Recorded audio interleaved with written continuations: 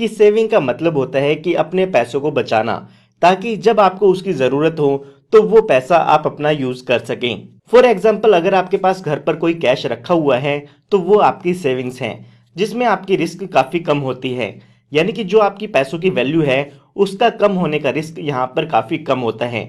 दूसरी तरफ अगर हम इन्वेस्टमेंट की बात करते हैं तो इन्वेस्टमेंट का मतलब होता है कि अपने पैसों को ग्रो करना।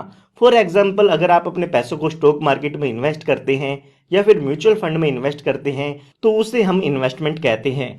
जिसमें आपके पैसे की वैल्यू ग्रो होती है उसे हम इन्वेस्टमेंट कहते हैं। और अगर आपके पास आपका पैसा रखा हुआ है और वो ग्रो नहीं हो रहा है तो उसे हम सेविंग्स कहते हैं। जो आप अपने पैसे को रखते हैं सेविंग अकाउंट में उसको भी हम सेविंग्स कह सकते हैं, क्योंकि वो काफ़ी कम रेट पर आपका ग्रो होता है। अगर हम इन्फ्लेशन को भी ध्यान में रखते हैं तो सेविंग अकाउंट में जो आपका पैसा है वो ग्रो नहीं होता है, बल्कि उसकी जो परचेजिंग पावर है वो आपकी कम ही होती है। अगर हम यहाँ पर पर्सनल फाइनेंस के अकॉर्डिंग देखते हैं तो आपको अपनी सेविंग्स और इन्वेस्टमेंट दोनों का ही बैलेंस रखना काफ़ी ज़रूरी है। सेविंग्स जो हम करते हैं वो ज़्यादातर हमारे शॉर्ट टर्म फाइनेंशियल गोल्स को पूरा करने के लिए हम करते हैं। फॉर एग्जाम्पल, आपको 6 महीने बाद कहीं वैकेशन पे जाना है तो आप उसके लिए सेविंग कर सकते हैं। या फिर आपको कोई कार में बड़ी रिपेयरिंग करानी है तो उसके लिए आप 3-4 महीने पहले ही सेविंग करना शुरू कर देते हैं। या आपको अपने बच्चों का स्कूल एडमिशन कराना है तो उस टाइम पर भी आप कुछ महीने पहले ही सेविंग करना शुरू कर देते हैं, ताकि बच्चे का एडमिशन टाइम पर हो सके। ज़्यादातर यहाँ पर देखा जाता है कि जो भी काम हम 1 साल के अंदर करने वाले हैं उसके लिए हम सेविंग्स यहाँ पर करते हैं। सेविंग्स की यहाँ पर अच्छी बात यह है कि इससे आप शॉर्ट टर्म गोल्स अपने पूरे कर सकते हैं।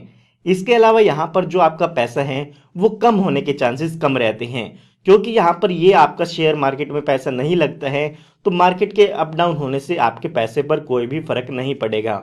उसके बाद यहाँ पर सेविंग की अच्छी बात ये भी है कि अगर कोई आपको इमरजेंसी आ जाती है तो उस केस में आप अपनी सेविंग्स को यूज़ कर सकते हैं। यहाँ पर आपको फिक्स डिपॉजिट की तरह वेट नहीं करना है कि जब आपकी फिक्स डिपॉजिट पूरी होगी उसी टाइम पैसे निकाल सकते हैं। सेविंग्स आप जब चाहे अपनी यूज़ कर सकते हैं। उसके बाद अगर हम बात करें इन्वेस्टिंग की तो उसमें आप अपने पैसों को ग्रो करने के लिए स्टॉक में, बॉन्ड्स में, म्यूचुअल फंड में या और कहीं भी उन्हें इन्वेस्ट करते हैं।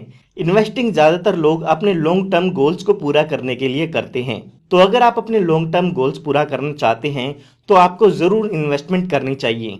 फॉर एग्जाम्पल, अगर आप अपना घर लेना चाहते हैं या अपनी रिटायरमेंट की प्लानिंग करना चाहते हैं तो आपको हमेशा इन्वेस्टिंग करनी चाहिए, ताकि जो आपका पैसा है वो वहाँ पर ग्रो भी होता रहे। जब भी यहाँ पर इन्वेस्टमेंट की बात आती है तो वहाँ पर ज़्यादातर पैसा स्टॉक मार्केट में लगाया जाता है। Stock market short time period में अप भी हो सकती है, डाउन भी हो सकती है। लेकिन अगर हम बात करें लॉन्ग टाइम पीरियड की तो हमेशा देखा गया है कि स्टॉक मार्केट लॉन्ग टर्म में ऊपर ही जाती है।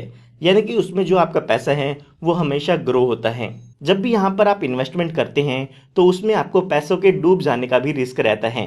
तो आपको हमेशा इन्वेस्टमेंट सोच समझ के करनी चाहिए और हमेशा अपनी इन्वेस्टमेंट को डाइवर्सिफाई करना चाहिए। यानी कि आपको जो भी इन्वेस्टमेंट करनी है वो एक ही जगह पर नहीं करनी है। काफ़ी लोग एक ही जगह पे अपना सारा पैसा इन्वेस्ट कर देते हैं, लेकिन आपको अपना जो भी पैसा है उसको अलग अलग जगह पर इन्वेस्ट करना है, ताकि जो भी पैसा डूबने का रिस्क है वो काफ़ी कम हो सके। तो यहाँ पर पर्सनल फाइनेंस के लिए आपको सेविंग और इन्वेस्टमेंट दोनों का ही बैलेंस बनाना ज़रूरी है। इमरजेंसी फंड में आपकी सेविंग्स काफ़ी काम आती हैं, घर के रेगुलर खर्चे में भी आपकी सेविंग काफ़ी काम आती हैं, और इन्वेस्टमेंट आपके लॉन्ग टर्म गोल्स के लिए काफ़ी ज़रूरी है। तो आपको हमेशा इन दोनों का ही बैलेंस बना के चलना चाहिए। अगर आप पर्सनल फाइनेंस के बारे में और भी कुछ सीखना चाहते